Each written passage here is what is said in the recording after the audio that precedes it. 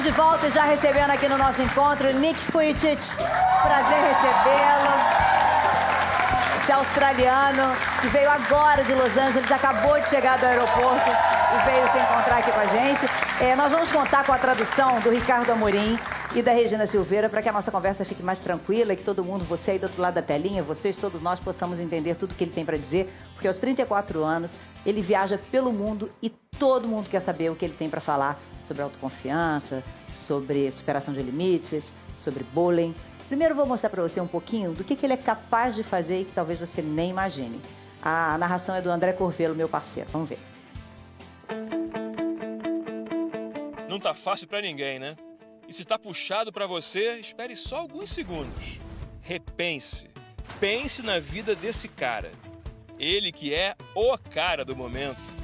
O australiano Nick não tem nem os braços e nem as pernas. Nasceu assim por causa de uma síndrome rara. Se ele trabalha? Muito. E não é ali na esquina, não. Viaja o mundo dando palestras para milhares de pessoas. Casado, 2 filhos pequenos e muitos obstáculos vencidos. I love you. Uma piscina não intimida. E o mar? Também não.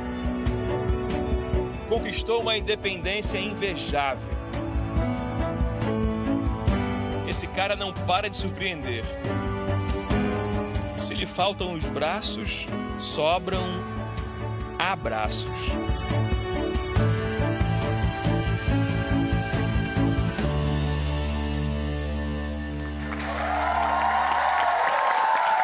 Agora a gente vai poder começar a ouvir o que o Nick tem para dizer. Nem sempre foi fácil, né? Não foi sempre que ele conseguiu enxergar tudo que ele podia fazer. Nick, eu gostaria de saber de você, em que momento você percebeu que você era diferente e que isso te incomodou? Quando eu fui para a escola e eu vi que todas as outras pessoas tinham mais do que eu. E eu perguntei aos meus pais e eles disseram, não se preocupe sobre a sua situação, você é bonito do jeito que você é. E isso foi mais ou menos com 5 ou 6 anos. E nessa época era difícil eu acreditar que eu tinha alguma coisa boa em termos de perspectivas. E eu não queria ser diferente, eu queria me encaixar. E era difícil, especialmente com bullying no colégio. E eu vou perguntar para o Dr. Fernando explicar só para as pessoas entenderem, porque você nasceu com tetramelia. Doutor Fernando, o que é a tetramelia? A tetramelia é uma doença congênita rara, de origem genética. Existe um gene relacionado, no qual, durante todo o desenvolvimento do bebê, na porção intrauterina, os membros não são formados de forma adequada. Então, membros superiores, os braços e as pernas. Outras alterações do corpo físico também podem acontecer. E é extremamente rara. Uhum. Você falou dos seus pais, Nick. Você é um homem hoje independente, mas eu acredito que desde muito pequeno eles tenham cobrado de você essa independência. Qual o papel deles no que você hoje atingiu? Sabe, meus pais são tão lindos. Eles sempre me incentivaram. E eu me perguntava se era genético ou não, mas a gente não sabia de ninguém na nossa família com qualquer problema parecido com esse. E meus pais sempre disseram, Nick, faz o seu melhor e confie em Deus e no resto. Você não sabe o que você vai conseguir a menos que você tente. E há muitas pessoas na vida que nunca experimentam, nunca tentam, porque têm medo. Têm medo de falhar, têm medo de serem rejeitados. E o medo vai te segurar, vai te deixar para trás na vida. E eu quero que todos saibam que a coragem é muito importante na sua vida. E os meus pais sempre me disseram, você tem que aceitar o que você não pode mudar, mas tente mudar aquilo que você pode. Faça o seu melhor. Eu sempre tive esse otimismo. Mas ainda assim foi difícil entre os 8 e 12 anos de idade, porque ainda assim eu me perguntava, por que eu estou aqui? Qual é o meu objetivo? A gente pode ter dinheiro, a gente pode ser pobre, a gente pode estar doente, podemos estar saudáveis. Mas se não temos objetivo, então a gente sente que está indo sem força, a gente não tem força para andar. A gente parece que não tem validade. A gente não valida a própria existência. E agora eu sei, como homem, jovem, que todos fomos criados e que mesmo quando não temos um milagre, ainda assim podemos ser um milagre para ajudar outras pessoas. E em que momento você percebeu qual era o seu propósito? Ou seja, qual era a sua missão? O que faria de você realmente diferente ou faria diferença para os outros? Eu não sou religioso porque meus pais eram religiosos. Eu realmente precisava de buscar as respostas às grandes perguntas. Aos 15, eu tomei uma decisão. Sim, Deus, entre na minha vida. Eu não sei que planos o Senhor tem para mim, mas basicamente eu não sabia se eu deveria ir para a escola, para a faculdade, se eu iria ter um trabalho. E eu fui para a faculdade, eu fiz contabilidade e planejamento financeiro, mas acho que o objetivo mais interessante foi ajudar outras pessoas. E foi a faxineira do meu colégio, foi a primeira pessoa que me disse: Nick, você vai ser um palestrante. E eu disse: você está maluca? Eu não tenho nada para compartilhar. E ele disse: sim, você vai compartilhar sua história. E me colocou na frente de alguns estudantes e algumas garotas começaram a chorar e disseram: obrigado, obrigado, obrigado. Nunca ninguém me disse que me amava, nunca me disse que eu sou bonita do jeito que eu sou. É por isso que eu estou aqui no Brasil, para incentivar a todos que nós somos bonitos do jeito que somos, que há um objetivo e a nunca desistir. Foi interessante que você falou da adolescência, que é um período muito difícil, a partir dos 12 anos. Naquela época, do que você tinha medo? E que muitos jovens certamente vão se identificar com os seus medos, que são os deles também. Sabe, eu nunca achei que eu teria condições de me encaixar na sociedade, né? Vocês viram os vídeos e as fotos da minha família. Eu nunca achei que eu casaria. Eu pensei, mesmo se eu casar, eu não posso nem pegar na mão da minha mulher. Mesmo que eu tenha filhos, eu não posso abraçá-los, não posso pegá-los no colo quando estiverem chorando. Mas eu quero que todos saibam que mesmo dos seus pedaços quebradinhos, coisas bonitas podem vir. Eu não preciso pegar na palma da minha mão, eu só preciso segurar o coração dela. E quando as minhas crianças choram, eu não posso colocar o meu braço em volta deles, mas eles podem me abraçar, eles. Eu quero que todos saibam que os sonhos se realizam em um dia de cada vez. Você está ao lado do Felipe. Felipe vai ser pai pela segunda vez. E eu acho que a chegada de um filho é muito transformadora, né, Felipe? Parabéns. É muito transformador quando chega. A gente realmente se sente muito mais poderoso quando chega um filho. Ele falou do sentido da vida, né? Que eu acho que quando o filho vem, a gente entende bastante da dependência de um filho, do amor que você precisa dar para receber. Então, eu acho que é uma virtude. Parabéns. Ele falou uma frase, o Nick diz uma frase no livro que é muito interessante, que ele diz o seguinte: eu não sei, eu tenho que ser o melhor pai do mundo, porque se eu não puder abraçá-los, eles têm que querer me abraçar. Então, na verdade, é sempre a gente pensando em dar. E são lindas as suas imagens com seus filhos e a família que vocês construíram, e como as pessoas às vezes acham que é tão impossível e aí nem tentam, né? Obrigado. Eu sou muito grato de que, às vezes, em nossas vidas, mesmo quando a gente não acredita na gente, podemos acreditar em outras pessoas e elas acreditam em nós. Às vezes, tudo que a gente precisa é de alguns bons amigos do seu lado, um ou dois, para te dizer: não se preocupe, continue. Sabe, muitas pessoas acham que eles não têm valor porque não têm oportunidade, ou porque não querem falhar. Mas ninguém é perfeito. Essa é a primeira coisa que eu quero que todos saibam. Ninguém é perfeito. Se eu nunca falhei na minha vida, eu nunca aprendo o que aprendi. Então, falhar é parte do crescimento. Isso vale para pessoas e vale para nações também. Nós precisamos progredir, aprender do passado, ser otimistas para saber que o futuro tem coisas boas. E apenas saber que o seu valor não é determinado por quem te reconhece, ou que tipo de instrução secular você teve, ou quanto dinheiro você tem. Dinheiro, drogas, sexo, álcool, pornografia. Se você colocar a sua felicidade em coisas temporárias, sua felicidade será temporária. Precisamos descobrir a verdade sobre o nosso objetivo e o nosso valor. Você falou dos e nosso meninos, destino. eu fiquei com uma dúvida. Criança faz muita pergunta. Eles, em algum momento, já fizeram alguma pergunta em relação a... Você está conseguindo me ouvir? Tá? Em algum momento, eles fizeram alguma pergunta sobre o fato de você não ter os braços ou as pernas, ou isso entrou tão natural na vida deles que eles nunca fizeram uma questão sobre isso? Seus filhos. O meu mais velho só tem 3 anos e meio. E foi interessante. Ele olhou para mim um dia e disse assim, que a gente ia entrar no carro, e ele disse: o papai não tem mãos, então o papai não pode dirigir. Mas Kiyoshi sabe a direita e a esquerda, então Kiyoshi pode dirigir. Foi tão legal. E eu os amo tanto. Eu saí de casa ontem e vou voltar daqui a 6 dias. Mas eu também quero que todos saibam que quando você tem uma visão na sua vida, a minha maior inspiração é a minha mulher, a minha família. Eu também sou inspirado por Leonardo e a mulher dele, a família dele, por me trazerem aqui com os recursos deles para o Brasil, numa época como esta, porque há muitas pessoas no Brasil que estão achando que talvez não haja esperança. Como é que a gente vai passar essa fase? Ou sentindo que não há um futuro bom à frente.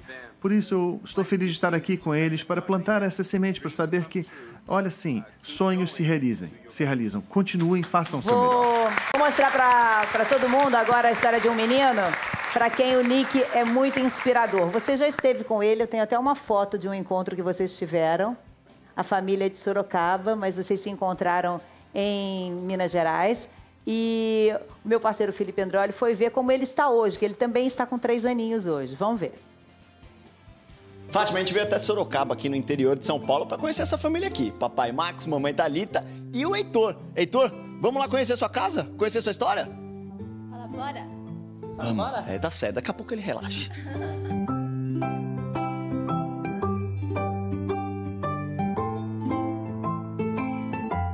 A gente se preocupou com tanta coisa, e, na verdade, o Heitor, hoje, com 3 anos, ele precisa da mesma coisa que qualquer outra criança com 3 anos. Carinho, atenção e amor dos pais. Mais nada. Sim, as coisas foram muito naturalmente. A questão dele comer, é como uma outra criança, né, comeria, tem que estar ali junto, estar presente, e dar na boca e tal. Uma criança da idade dele também passaria por esses mesmos processos que ele passa. E instintivamente ele começou a usar o pé?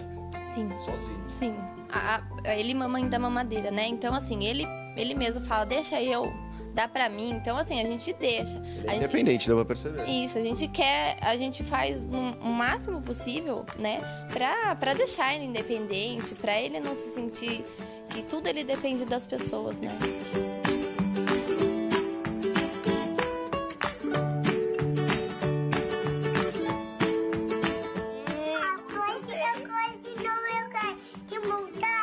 Eu, sinceramente, eu fico pensando todo tempo assim, o que eu posso fazer para o meu filho conseguir tomar um banho sozinho? O que eu posso fazer para o meu filho usar o banheiro sozinho? O que eu posso fazer para ele se sentir o mais independente possível sozinho? Como deu pra perceber, o Heitor gosta muito de videogame. Todo dia você joga um pouquinho? Todo dia. É? Um pouquinho? Não, bastante. Bastante. Ele tenta se adaptar a tudo, sabe? Ele gosta de ser independente. Mas se tem uma coisa que ele pede bastante pra gente, é que ele gostaria de correr com os amiguinhos dele. Ele vive falando assim, papai, eu queria jogar bola com meus amigos, mas eles correm muito, porque ele se desloca, né? Mas ele vai arrastando a bundinha. E eu criançada, não tem tempo, né? Então fica correndo pra um lado, pro outro. E isso aí é uma coisa que a gente acaba sentindo. Ele sente que a hora que ele comenta com a gente, destrói, né? Eu acho que um dos dias mais felizes da minha vida na verdade, primeiro vai ser ver ele andar e depois vai ser ver ele construir na vida dele sozinho, sabe? Ele tá num bom caminho, né, Nick? Eu acredito que sim. Ele tá num caminho de independência, de construção da sua própria, né, da sua própria vidinha, né? E exige sabedoria dos pais dele para permitirem que ele experimente coisas e falhe e tente de novo, tente descobrir o que ele consegue e o que ele não consegue fazer. Mas a melhor coisa que alguém pode fazer em seu lar é criar um lar de amor. Está lançando um livro que é o Fique Forte, em que você destaca muito isso, que é uma epidemia mundial, mas que é possível vencer com estratégia. Sabe, e os governos em todo o mundo estão me pedindo para ir e falar nos colégios e programas de colégio e para fazer programas de televisão, porque é uma epidemia mundial. Muitos adolescentes acham que são feios, que estão sozinhos, que não têm esperança, por causa do que outras pessoas pensam deles. Mas eu quero que todos saibam que você é bonito e bonita, e você não precisa ser aquilo que você não é. Seja o melhor que você pode ser. E às vezes ajuda a dizer a um professor, às vezes não. Às vezes ajuda a falar com um amigo, às vezes não. Mas o que é importante que todos podem fazer quando estão sofrendo bullying é amar a si mesmo e se dar a oportunidade. E seja o seu melhor amigo, não seja o seu pior inimigo. Alguns de nós ficam se surrando, fazendo uma lista de tudo que queria ser mais alto, queria ser mais baixo, queria ser mais inteligente. Você tem que se aceitar e ser o seu melhor amigo. É verdade. Você está ali... e às vezes é difícil a gente ser amigo da gente mesmo, né? Às vezes a gente é muito cruel com a gente mesmo e só enxerga quando os outros são, mas a gente não vê. Não acontece muito isso de a gente ser, né? Nós mesmos sermos os nossos algozes? A gente, Felipe e eu, a gente trabalha numa profissão muito cruel, né? Muito difícil, então é um dos motivos de jogar contra a gente às vezes, né? A gente está estudando muito, trabalhando muito e aí vê uma inspiração dessa assim, vai tudo pro ralo, né?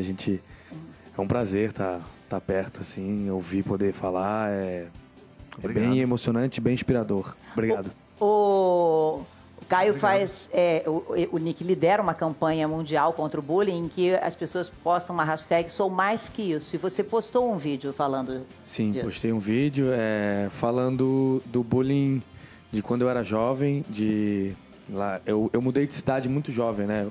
Eu nasci no Rio, mas eu fui para São Paulo com 10 para 11 anos e sofria um bullying por conta do sotaque diferente, um bullying forte que fazia eu não gostar de ir pro colégio algumas vezes e tive acompanhamento inclusive de psicopedagoga no colégio e tive um bullying muito grande também, tá mostrando a foto ali, por conta de espinha.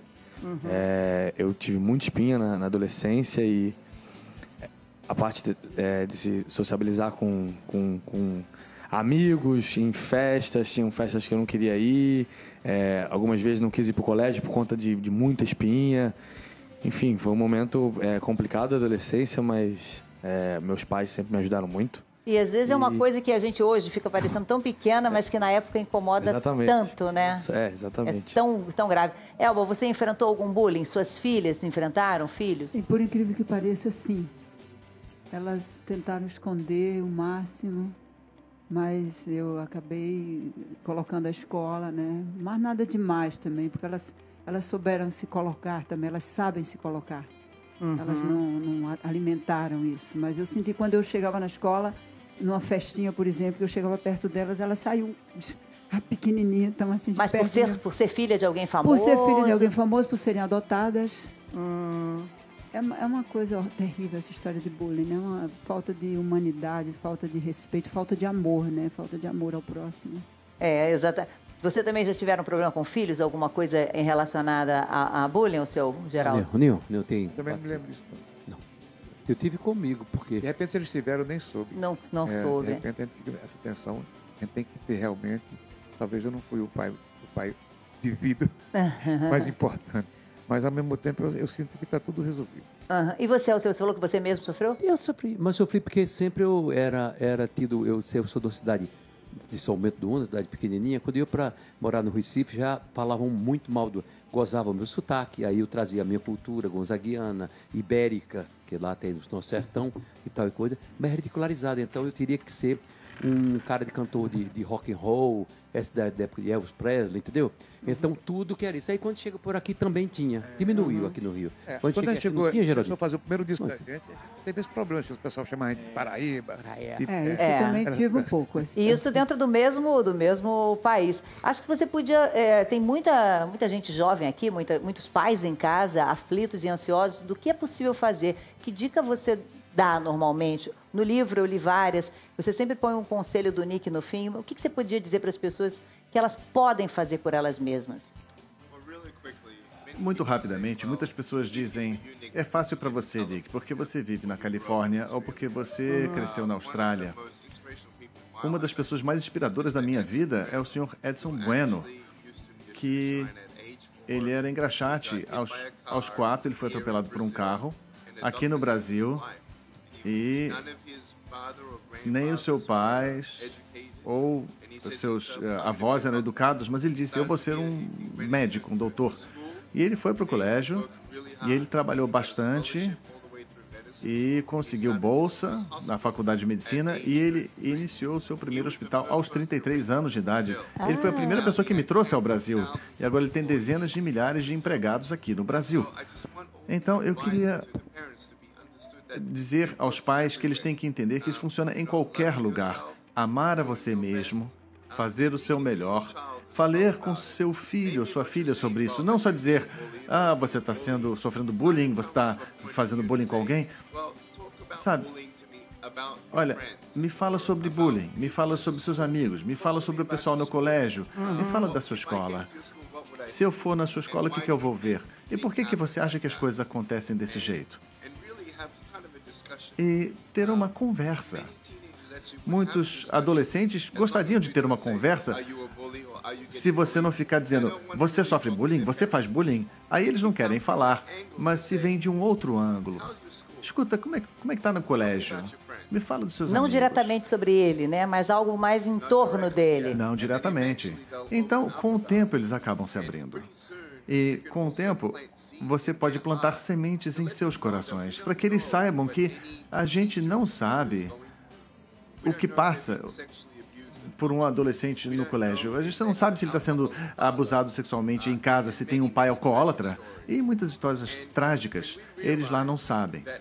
E quando a gente percebe que a nossa negatividade pode afetar alguém, até o ponto em que as pessoas acham que devem cometer suicídio, eu tentei cometer suicídio aos 10 anos de idade, né? E fiz uma cara forte, mas por dentro você está quebrado. Precisamos entender, quando você não tem nada bom para dizer, não diga nada. Não, ficar provocando não é legal rebaixar as pessoas. Não estou dizendo que as pessoas devem ser amigos de todo mundo. E você recomenda que o jovem converse com o seu algoz, com o seu bully, que ele diga que não está gostando, ou que ele procure alguém mais adulto, ou que ele faça uma conversa franca, direta? É uma coisa boa você falar para a pessoa, ei, dá para você parar de fazer isso? Às vezes funciona, às vezes não funciona. Falar para um professor, às vezes funciona, às vezes não. Eu acho que mais programas com base em valores podem ser levados aos sistemas educacionais. Estou falando com 6 governos atualmente na Europa e eles estão colocando meu currículo lá, não para ensinar academicamente a criança, mas para falar sobre responsabilidade, sobre autoestima, sobre identidade, bullying, empreendedorismo, liderança. Eu estou tentando fazer a minha parte para ajudar todos a saber que, olha só, eu não tenho braço, não tenho perna, mas você pode fazer um monte de coisas. E você seria uma aula de cidadania, praticamente, né? Vou apresentar uma outra história bonita aqui. Uma outra história de uma mãe e de um pai que também tentam fazer com que a vida do Lorenzo seja a melhor possível. O Lorenzo nasceu com uma deficiência auditiva, não é, Gabriele? E você percebia que ele ficava incomodado com o uso do aparelho? Fátima, desde o começo foi horrível a adaptação do aparelho no Lorenzo. Então, ele começou a usar o aparelho com 3 meses de idade. Uhum. E daí ele a gente pegou e a fono deu alta para ele. Falou, não precisa, não sei o quê. Eu, como mãe, falei, gente, é uma médica, ela não tá falando besteira. Eu falei, eu não aceitei. Só que eu via que ele não gostava, dando certo sem o aparelho. Fomos para outro médico, ele colocou o aparelho de novo, aí já estava com 1 ano e pouquinho. Uhum. E daí já não deu certo, porque com 1 ano você já entende que alguma coisa tá ali que tá te incomodando. Então ele não gostava, ele escondia. Você não gostava do aparelho não, Lorenzo? Você não gostava do papapá? E agora? Agora você gosta do papapá? Agora, ela e o marido, que é designer, criaram adaptações para o aparelho auditivo dele. Então, ele tem dias que ele vai como super-homem, tem dias que ele vai com vários personagens. E aí, isso fez com que até os amigos também o incluíssem, né? Tem mãe que chega para mim e fala, Gabi, eu tô desesperada, porque meu filho chegou para mim e fala, mãe, eu quero ser surdo, porque eu também quero usar. Então, isso é muito, traz muita felicidade pra gente. Daí a gente começou, eu pensei, eu não posso ser a única mãe que tem essa dificuldade, que passou por essa dificuldade de adaptação. E daí a gente começou a realmente vender E graças a Deus a gente está recebendo muita encomenda, muita gente agradecendo. Eu recebi ontem um áudio de uma menininha falando: obrigada, tia, eu amei. E pra mim Nossa, é uma recompensa, tá? Nós estamos vivendo numa época de muitas redes sociais, fotos, em que a imagem é tão valorizada. E isso angustia muito os jovens, principalmente. Como lidar com eles? Eles falam sobre isso com você? Sabe, às vezes é bom sair um pouquinho das mídias sociais. Às vezes você tem que se desintoxicar, porque a gente fica tão envolvido com o que as pessoas pensam da gente, o que eles estão dizendo, qual é a próxima moda. A gente fica envolvido nessa filosofia falsa de valor e de afirmação. Eu realmente acho que há coisas boas nas mídias sociais, mas também, digo, tenha muito cuidado com o lado ruim da mídia social. Você usa muito humor também nas suas palestras, principalmente quando eu vejo você falando com jovens e tal. É algo natural? É uma estratégia para atrair a garotada ou você realmente é bem-humorado? Quando eu era uma criança e as pessoas olhavam para mim e davam aquele olhado esquisito, e meus pais diziam: não se preocupe, só fale com ele. Diga alguma coisa engraçada. Eles vão ver que você é que nem eles. Então, eu acho que foi um mecanismo para lidar com essas diferenças quando eu era uma criança. Quando eu me tornei um palestrante em frente de estudantes, quando eu era um adolescente, as pessoas... Peraí, do que ele vai falar? Ele vai me fazer sentir peninha dele? Então, eu usei o humor para quebrar o gelo e deixar todo mundo mais tranquilo, relaxado. Doutor Fernando, o efeito que uma palestra como aquele faz, ele está aqui pela 4ª vez no Brasil, vai falar hoje no Rio de Janeiro, mas ainda vai passar por São Paulo, Belo Horizonte, Porto Alegre, Fortaleza. Qual o efeito de a gente ouvir e vê-lo pessoalmente? O que isso traz para o nosso cérebro? Isso é uma experiência transformadora. Eu estou muito honrado de estar aqui no seu programa, Fátima, e estar com o Nick aqui perto. Eu sou pai também, sou médico, lido com pessoas. No intervalo até perguntei, né, Nick? Às vezes eu tenho pacientes que ficam internados por muito tempo e a gente quer levar uma esperança. O que eu posso fazer diferente? Porque talvez você tenha alguma ideia diferente para me dar. Ele falou: Fernando, você pode sentar ao lado desse paciente e rezar no leito. E eu falei: eu vou fazer isso daqui para frente. Então, quando a gente escuta uma pessoa com toda essa bagagem humana que ele traz, o nosso cérebro muda. Então, a gente precisa ver a questão física sim, mas escutar a experiência dele, projetar, porque a gente imagina que os nossos problemas são muito importantes, eles acabam ficando pequenos. E a gente percebe que existem saídas criativas e que a gente tem que colocar amor na nossa vida para conseguir resolver cada um desses pequenos problemas. Nick, nas palestras que eu já tive a chance de ver suas na internet, tem algumas delas em que acontece um momento de um abraço. O que você enxerga do poder desse abraço? O que esse abraço pode transmitir para essas pessoas? Não é tão complicado assim, sabe? Tudo tem a ver com o amor. Algumas pessoas gostam de tocar, outros não gostam do toque. Mas eu nunca achei ninguém que não queira amor. E é claro que eu gostaria de apertar a mão de todo mundo e aqui no Brasil dar o beijinho, mas um abraço é bonito, eu acredito. É uma coisa que eu já experimentei e como é bonito quando meus pais me abraçavam quando eu estava chorando. E acho que lá no fundo todos nós precisamos de algum conforto, aquela segurança. E queremos que todos saibam, hoje, aqui à noite, ainda há milhares de ingressos disponíveis para ouvir uma mensagem de amor.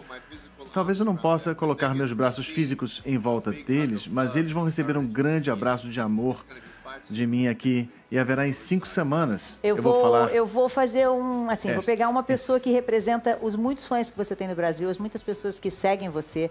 Ele estava com os 8 livros aqui e aí eu vou pedir então se você receberia um abraço dele, sim? Então, Alessandro, chega aqui então. Ou como você pode sentar ali então do lado dele. Ele trouxe todos para você ver, para que você possa dar então um abraço nele.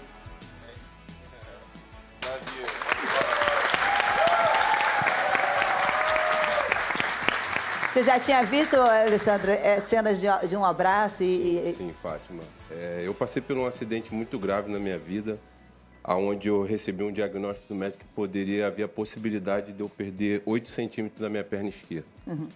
E ao estar no leito ali e receber essa mensagem, eu já tinha visto alguns vídeos do Nick e passei a comprar os livros. E em certo momento, eu achei que minha vida terminaria ali pelo fato da sociedade ser tão agressiva com a questão da discriminação. E eu falei, como eu vou voltar para o mercado de trabalho? Como que eu vou ser aceito novamente com uma deficiência? E assim, Deus foi muito misericordioso e que colocou a história do Nick na minha vida, os livros dele. Eu já li todos os livros dele. E hoje eu consegui, no mínimo, fiquei com 3 centímetros a menos da perna. E hoje eu só uso uma palmilhazinha para poder estar andando, vivendo aí dia a dia. Então eu agradeço muito o Nick. Eu sei que não só eu, mas muita gente ele consegue chegar com as mensagens dele. Eu me emociono um pouco porque é difícil. Mas, Nick, muito obrigado. Eu acho que é exatamente assim, a gente escolheu você porque você tinha chegado e dito tudo isso para representar as muitas pessoas. Muito obrigado eu também de ter você aqui na nossa plateia. Essa é a camiseta do bullying que o Nick está, né? Quem quiser postar, eu sou mais que isso. Eu não vou perder a chance de te dar um abraço. Posso? Eu também. Sonhei com esse momento. Muito obrigada por ter vindo. Olha, Podemos agradecer o Léo e a Dani por me trazerem aqui. Podemos agradecê-los. Olá, Léo e Dani. Dani. Muito obrigado a você. Eu também quero que todos saibam que quando você tem uma visão na sua vida, a minha maior inspiração é a minha mulher, a minha família. Eu também sou inspirado por Leonardo e a mulher dele, a família dele, por me trazerem aqui com os recursos deles para o Brasil, numa época como esta, porque há muitas pessoas no Brasil que estão achando que talvez não haja esperança. Como é que a gente vai passar essa fase? Ou sentindo que não há um futuro bom à frente. Por isso, eu estou feliz de estar aqui com eles para plantar essa semente, para saber que, olha, sim, sonhos se realizam. Continuem, façam o seu melhor. Vou mostrar para todo mundo agora a história de um menino para quem o Nick é muito inspirador. Você já esteve com ele, eu tenho até uma foto de um encontro que vocês tiveram. A família é de Sorocaba, mas vocês se encontraram em Minas Gerais. E o meu parceiro Felipe Androli foi ver como ele está hoje, que ele também está com 3 aninhos hoje. Vamos ver. Fátima, a gente veio até Sorocaba, aqui no interior de São Paulo, para conhecer essa família aqui. Papai Marcos, mamãe Thalita e o Heitor. Heitor, vamos lá conhecer sua casa? Conhecer sua história? Fala, bora. Vamos. Tá certo, daqui a pouco ele relaxa.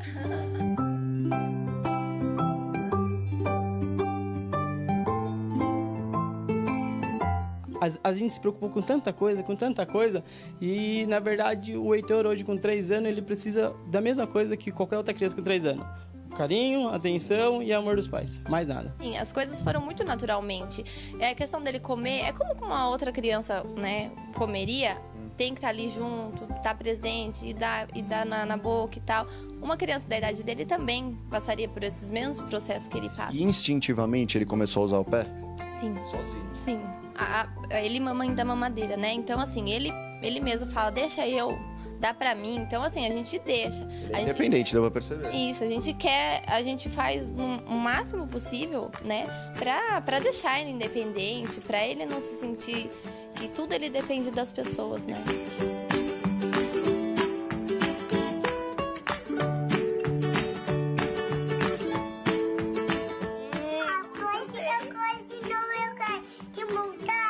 Eu, sinceramente, eu fico pensando todo tempo assim, o que eu posso fazer para o meu filho conseguir tomar um banho sozinho? O que eu posso fazer para o meu filho usar o banheiro sozinho? O que eu posso fazer para ele se sentir o mais independente possível sozinho? Como deu pra perceber, o Heitor gosta muito de videogame. Todo dia você joga um pouquinho? Todo dia. É?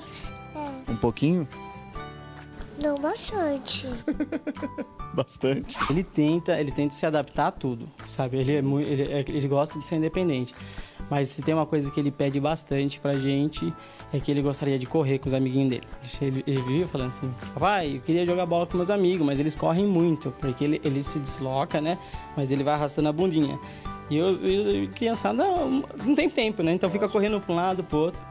Isso aí é uma coisa que a gente acaba sentindo. Ele sente que a hora que ele comenta com a gente, destrói, né?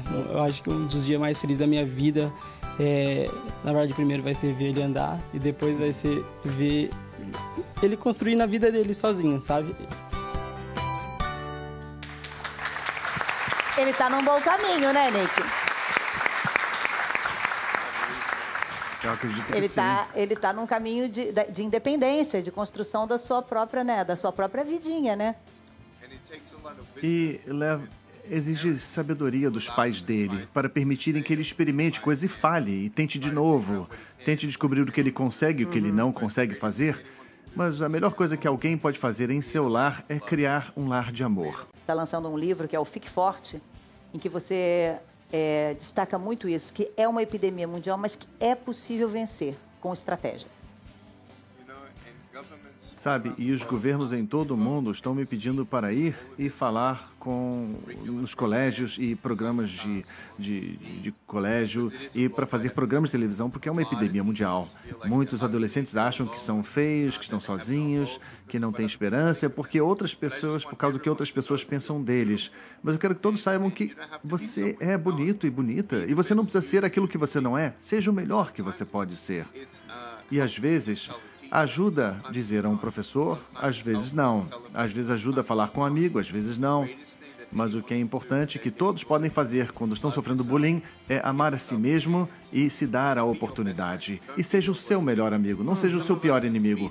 Alguns de nós ficam se surrando, fazendo uma lista de tudo que queria ser mais alto, queria ser perguntas. Aos 15, eu tomei uma decisão. Sim, Deus, entre na minha vida. Eu não sei que planos o Senhor tem para mim, mas basicamente eu não sabia se eu deveria ir para a escola, para a faculdade, se eu iria ter um trabalho.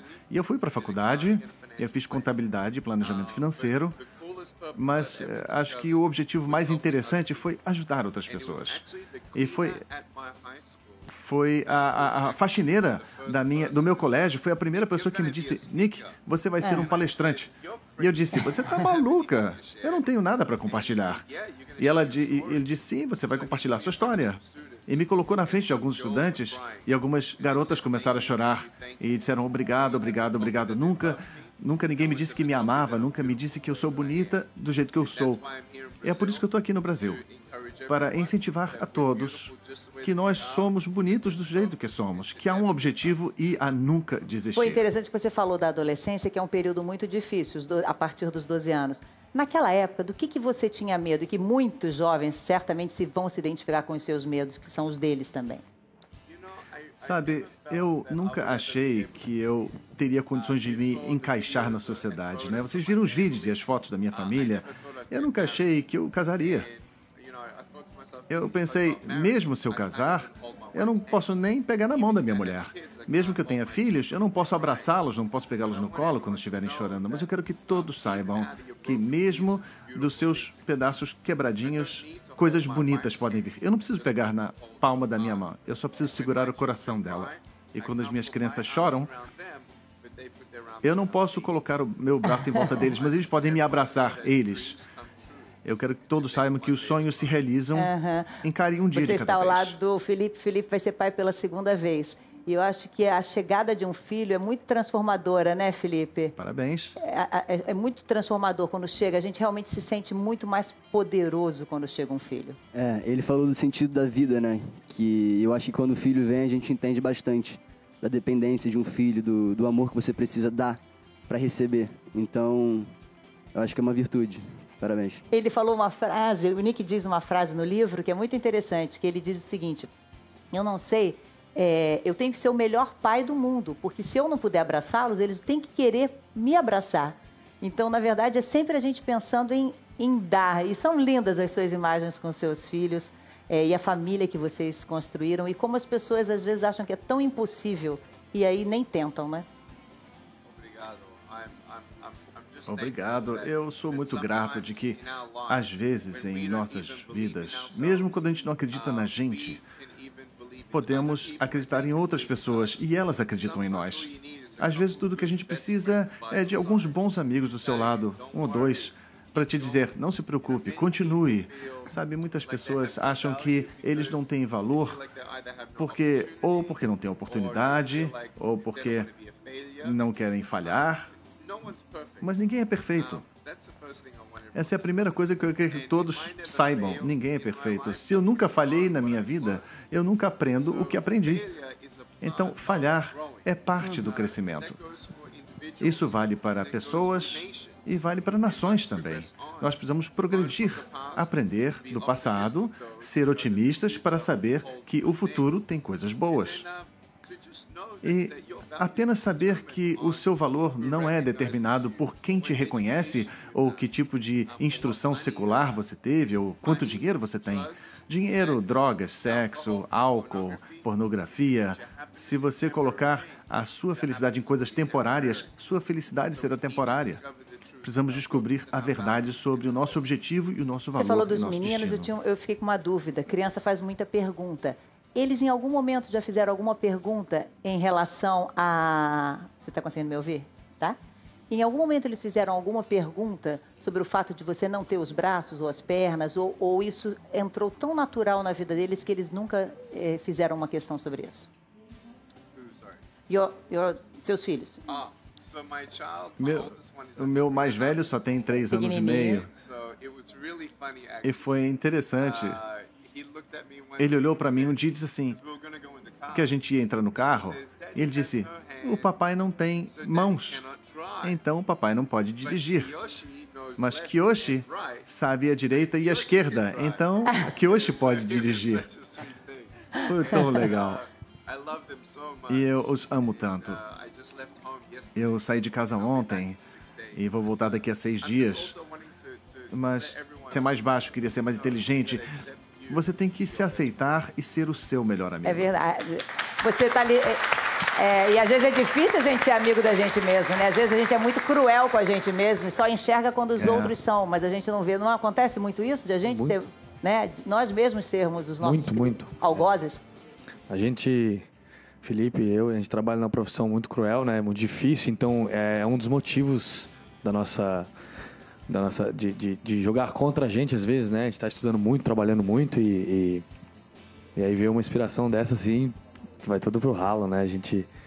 É um prazer tá perto assim, ouvir, poder falar, é bem emocionante, bem inspirador. Obrigado. O Caio faz, o Nick lidera uma campanha mundial contra o bullying em que as pessoas postam uma hashtag Sou Mais Que Isso. E você postou um vídeo falando Sim, disso. postei um vídeo falando do bullying de quando eu era jovem, eu mudei de cidade muito jovem, né? Eu nasci no Rio, mas eu fui para São Paulo com 10 para 11 anos e sofria um bullying por conta do sotaque diferente, um bullying forte que fazia eu não gostar de ir pro colégio algumas vezes e tive acompanhamento inclusive de psicopedagoga no colégio e tive um bullying muito grande também, tá mostrando a foto ali, por conta de espinha. Uhum. Eu tive muita espinha na adolescência e a parte de se sociabilizar com amigos em festas, tinham festas que eu não queria ir, algumas vezes não quis ir para o colégio por conta de muita espinha. Enfim, foi um momento complicado da adolescência, mas meus pais sempre me ajudaram muito. E às vezes é uma coisa que a gente hoje fica parecendo tão pequena, mas que na época incomoda tanto, né? Exatamente. É tão grave. Elba, você enfrentou algum bullying? Suas filhas enfrentaram, filhos? E por incrível que pareça, sim. Elas tentaram esconder o máximo, mas eu acabei colocando a escola, né? Mas nada demais também, porque elas souberam se colocar também, elas sabem se colocar. Uhum. Elas não alimentaram isso. Mas eu senti quando eu chegava na escola, numa festinha, por exemplo, que eu chegava perto delas, elas saíam pequenininha, então assim de Mas perto por ser filha de alguém famoso? Por ser filha de alguém famoso, por serem adotadas. É uma coisa terrível essa história de bullying, né? Uma falta de humanidade, falta de respeito, falta de amor, né? Falta de amor ao próximo. Exato. Você também já tiveram problema com filhos? Alguma coisa relacionada a bullying, o seu Geraldo? Não tem. Também não me lembro disso. Não. Eu tive comigo, porque... De repente, se eles tiveram, eu nem soube. Não soube. De repente, a gente fica essa tensão. A gente tem que ter realmente... Talvez eu não fui o pai devido, mais importante. Mas, ao mesmo tempo, eu sinto que está tudo resolvido. E você falou que você mesmo sofreu? Eu sofri, mas sofri porque sempre eu era tido... Eu sou de uma cidade de São Bento do Una, cidade pequenininha. Quando eu ia para morar no Recife, já falavam muito mal gozavam meu sotaque. Aí eu trazia a minha cultura gonzaguiana, ibérica, que lá tem no sertão e tal e coisa, mas ridicularizada. Então eu teria que ser um cara de cantor de rock and roll, essa da época de Elvis Presley, entendeu?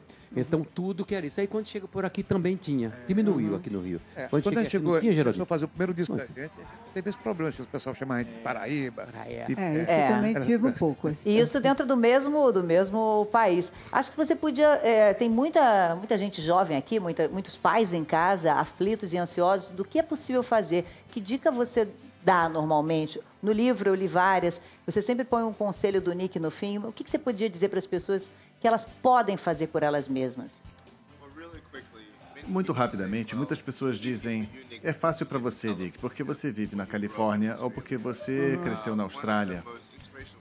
Uma das pessoas mais inspiradoras da minha vida é o Sr. Edson Bueno, que ele era engraxate.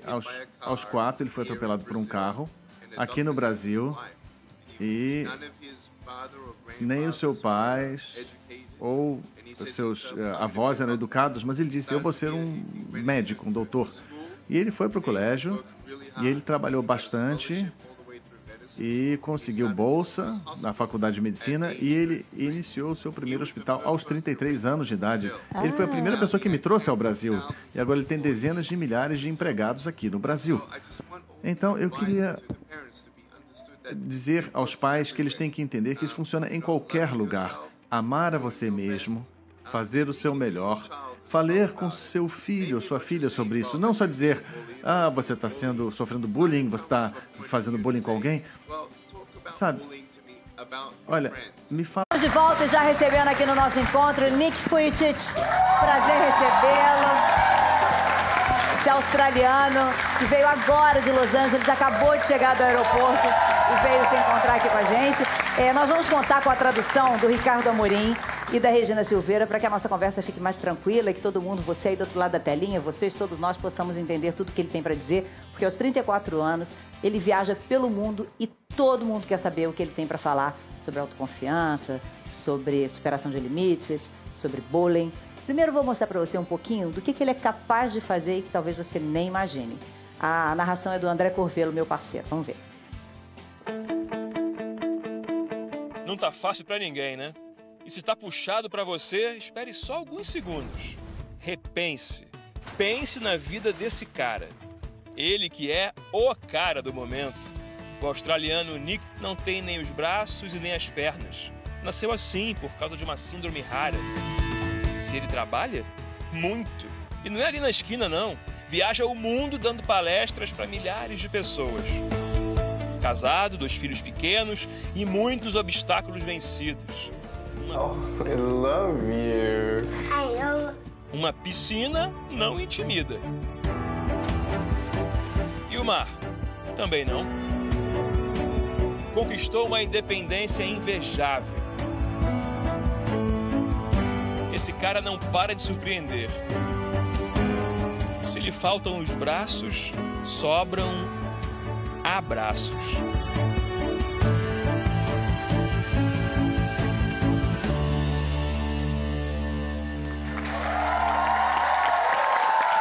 Agora a gente vai poder começar a ouvir o que o Nick tem para dizer. Nem sempre foi fácil, né? Não foi sempre que ele conseguiu enxergar tudo que ele podia fazer. Nick, eu gostaria de saber de você, em que momento você percebeu que você era diferente e que isso te incomodou? Quando eu fui para a escola e eu vi que todas as outras pessoas tinham mais do que eu. E eu perguntei aos meus pais e eles disseram: não se preocupe sobre a sua situação, você é bonito do jeito que você é. E isso foi mais ou menos com 5 ou 6 anos. E nessa época era difícil eu acreditar que eu tinha alguma coisa boa em termos de perspectivas. E eu não queria ser diferente, eu queria me encaixar. E era difícil, especialmente com bullying no colégio. E eu vou perguntar para o Dr. Fernando explicar só para as pessoas entenderem, porque você nasceu com tetramelia. Doutor Fernando, o que é a tetramelia? A tetramelia é uma doença congênita rara, de origem genética. Existe um gene relacionado, no qual, durante todo o desenvolvimento do bebê, na porção intrauterina, os membros não são formados de forma adequada. Então, membros superiores, os braços e as pernas. Outras alterações do corpo físico também podem acontecer. E é extremamente rara. Uhum. Você falou dos seus pais, Nick. Você é um homem hoje independente, mas eu acredito que desde muito pequeno eles tenham cobrado de você essa independência. Qual o papel deles no que você hoje atingiu? Sabe, meus pais são tão lindos. Eles sempre me incentivaram. E eu me perguntava se era genético ou não, mas a gente não sabia de ninguém na nossa família com qualquer problema parecido com esse. E meus pais sempre disseram, Nick, faz o seu melhor e confie em Deus e no resto. Você não sabe o que você vai conseguir a menos que você tente. E há muitas pessoas na vida que nunca experimentam, nunca tentam, porque têm medo. Têm medo de falhar, têm medo de serem rejeitados. E o medo vai te segurar, vai te deixar para trás na vida. E eu quero que todos saibam que a coragem é muito importante na sua vida. E os meus pais sempre me disseram, você tem que aceitar o que você não pode mudar, mas tente mudar aquilo que você pode. Faça o seu melhor. Eu sempre tive esse otimismo.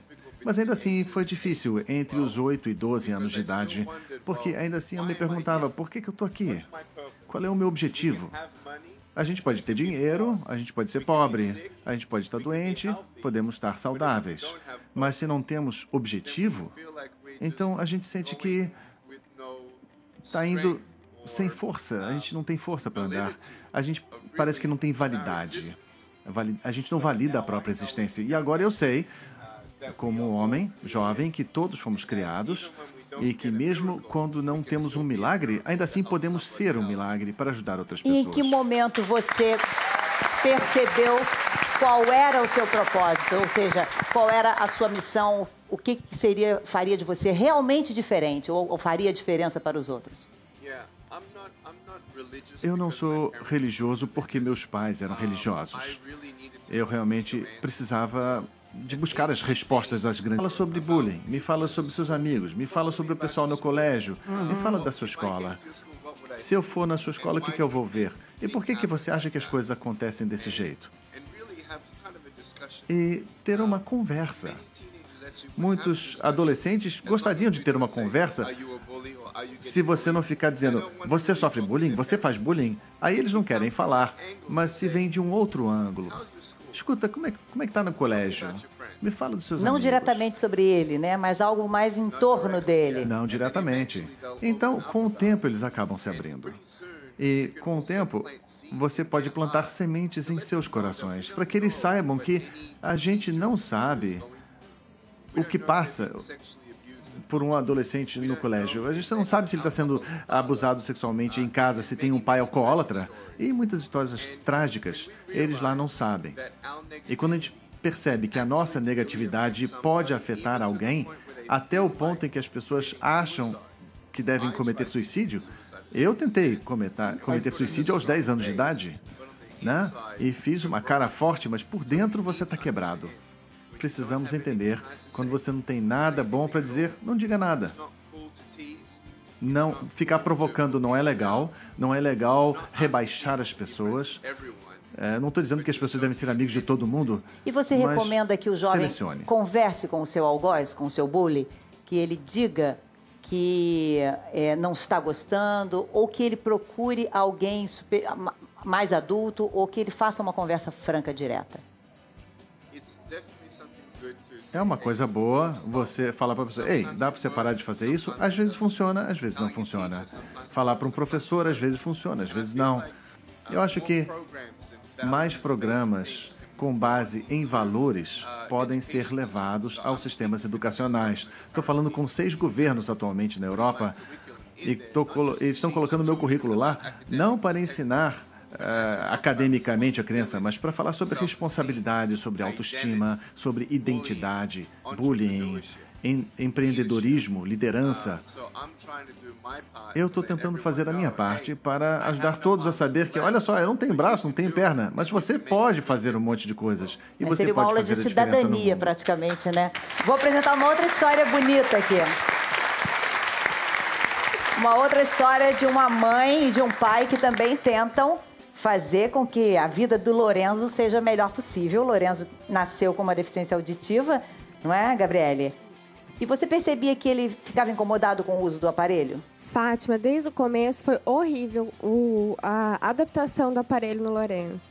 Então, ele começou a usar o aparelho com 3 meses de idade. E daí ele a gente pegou e a fono deu alta para ele. Falou, não precisa, não sei o quê. Eu, como mãe, falei, gente, é uma médica, ela não tá falando besteira. Eu falei, eu não aceitei. Só que eu via que ele não gostava. Dando certo sem o aparelho. Fomos para outro médico, ele colocou o aparelho de novo, aí já tava com 1 ano e pouquinho.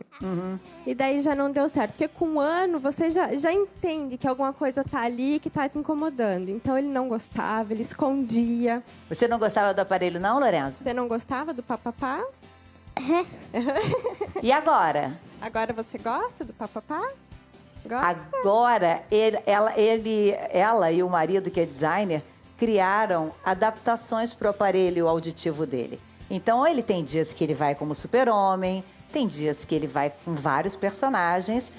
E aí, isso fez com que até os amigos também o incluíssem, né? Tem mãe que chega pra mim e fala, Gabi, eu tô desesperada, porque meu filho chegou pra mim e fala, mãe, eu quero ser surdo, porque eu também quero usar. Então, isso é muito, traz muita felicidade pra gente. Daí a gente começou, eu pensei, eu não posso ser a única mãe que tem essa dificuldade, que passou por essa dificuldade de adaptação. E daí a gente começou a realmente vender. E graças a Deus a gente está recebendo muita encomenda, muita gente agradecendo. Eu recebi ontem um áudio de uma menininha falando, obrigada, tia, eu amei. E pra mim Nossa, é uma recompensa, tá? Nós estamos vivendo numa época de muitas redes sociais, fotos, em que a imagem é tão valorizada. E isso angustia muito os jovens, principalmente. Como lidar com eles? Eles falam sobre isso com você? Sabe, às vezes é bom sair um pouquinho das mídias sociais. Às vezes você tem que se desintoxicar, porque a gente fica tão envolvido com o que as pessoas pensam da gente, o que eles estão dizendo, qual é a próxima moda. A gente fica envolvido nessa